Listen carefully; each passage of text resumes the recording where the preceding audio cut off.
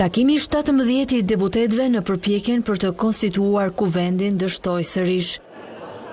Seanca nisi me një konsultim mes përfaqësuesve të partive politike me kryesuesin e seancës Avni Dehari për mundësinë e reduktimit të seancave.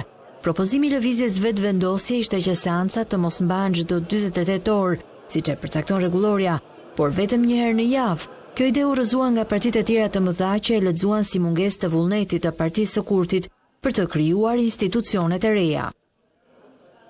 Është krejtësisht e papranueshme me bëni kërkesë të tillë për me shkel rregullorën me vedije deputetët e Republikës Kosovës, dhe e dyta kjo tregon që vullneti i tyre nuk është në asnjë mënyrë me tentu me bë zgjidhje apo me lëviz përpara, po thjesht këto përsëritje, këto repriza mos më marr çdo 2 ditë, po më marr çdo javë. Ne këtë shohim indikacion shtesë që lëvizja vetvendosje nuk është absolutisht e interesuar që ta bëj konstituimin e kuvendit. Do të thonë, ata mungesën e institucioneve të kuvendit dhe të qeverisë e kanë reduktuar në problem të mbledhjes çdo 48 orë të deputetëve.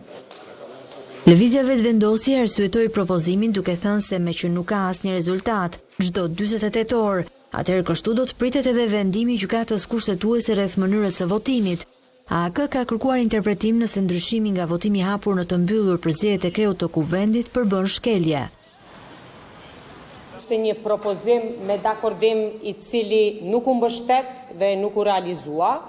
Rrjedhimisht nuk ka asgjë që mund të quhet ose të deklarohet si shkelje, përveç se një përpjekje për të kthyr paksa në një orar tjetër këto takime.